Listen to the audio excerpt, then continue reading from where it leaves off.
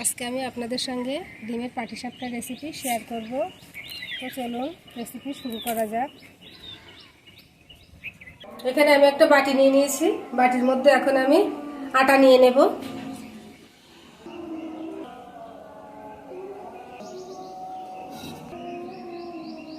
এখন আতপ চালের গুঁড়া দিয়ে দেব।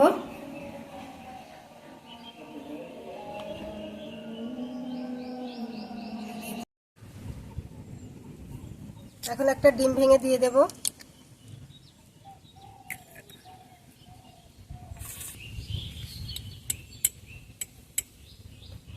স্বাদ অনুযায়ী লবণ দিয়ে দেব।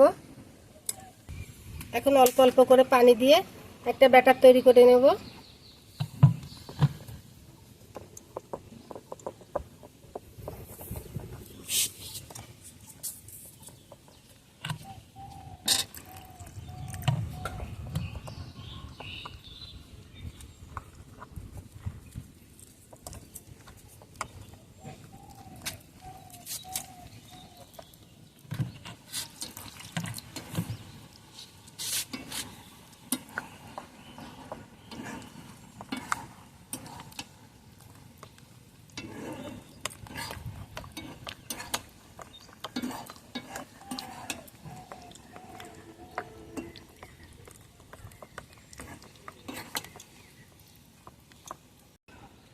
সব কিছু পানির সঙ্গে ভালোভাবে মিশিয়ে নিয়েছি। এখন আমি কিছুটা পরিমাণ সুজি গুঁড়ো করে নিয়েছি, সেটা দিয়ে দেব। দিয়ে সব কিছু একসঙ্গে ভালোভাবে মিশিয়ে নেব।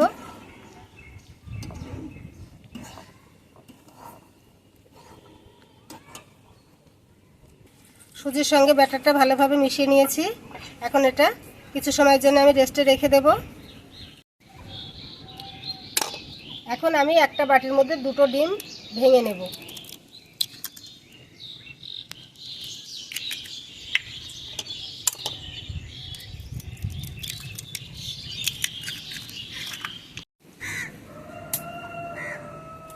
এখন লবণ দিয়ে ডিমটা আমি ফাটিয়ে নেব।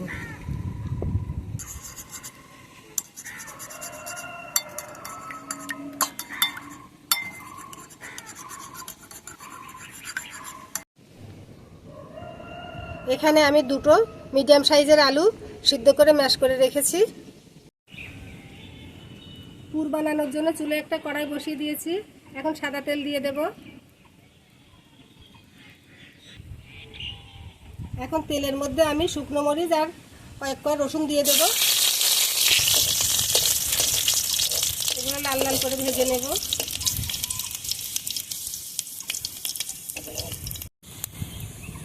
শুকনো মরিচ আর রসুন ভাজা হয়ে গেছে। এখন একটা পাত্রে উঠিয়ে নিচ্ছি। ওই তেলের মধ্যে বাঁধাকপি কুচি দিয়ে দেব। কুচানো গাজর দিয়ে দেব। মটরশুঁটি দিয়ে দেব।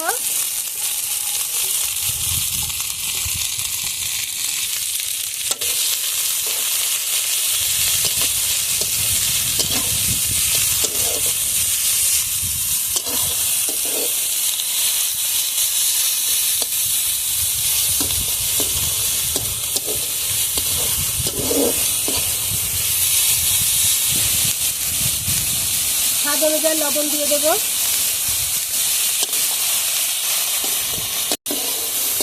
লবণটা সবজির সঙ্গে ভালোভাবে মিশিয়ে নেব। এখন শুকনো মরিচ আর রসুনটা আমি হাত দিয়ে মেখে নেব।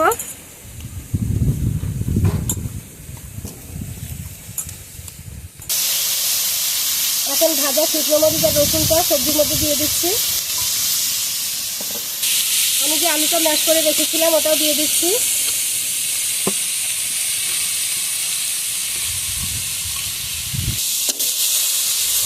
এখন সবজি আর আলু ভালোভাবে মিশিয়ে পুরটা বানিয়ে নেব।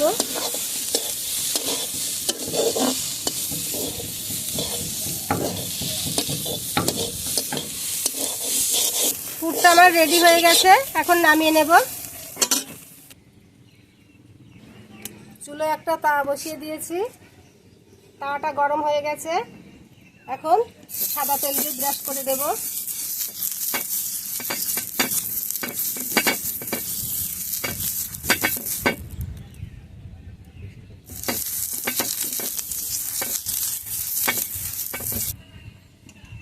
এখন 1 হাতা ব্যাটার দিয়ে দেব।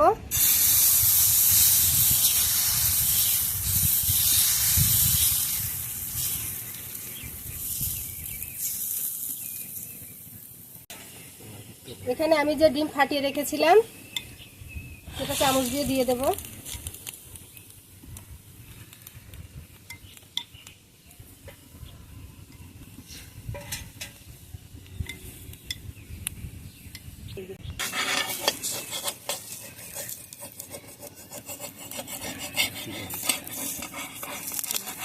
এখন উল্টিয়ে দেব।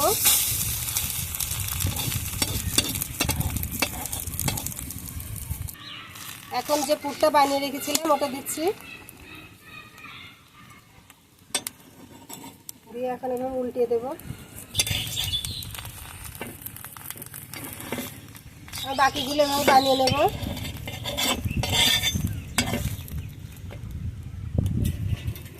এখন একটা পাত্রে উঠিয়ে নেব।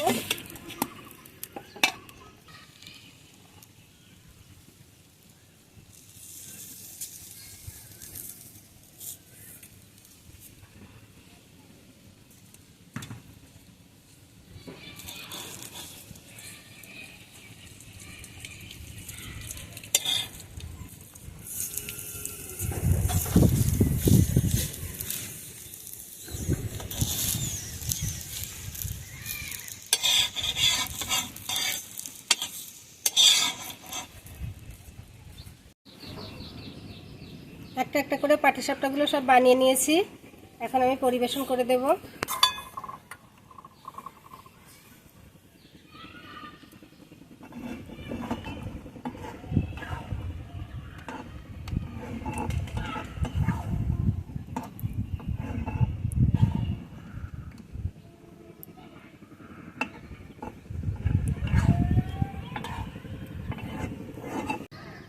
আশা করি আজকের ভিডিওটি আপনাদের কাছে ভালো লেগেছে।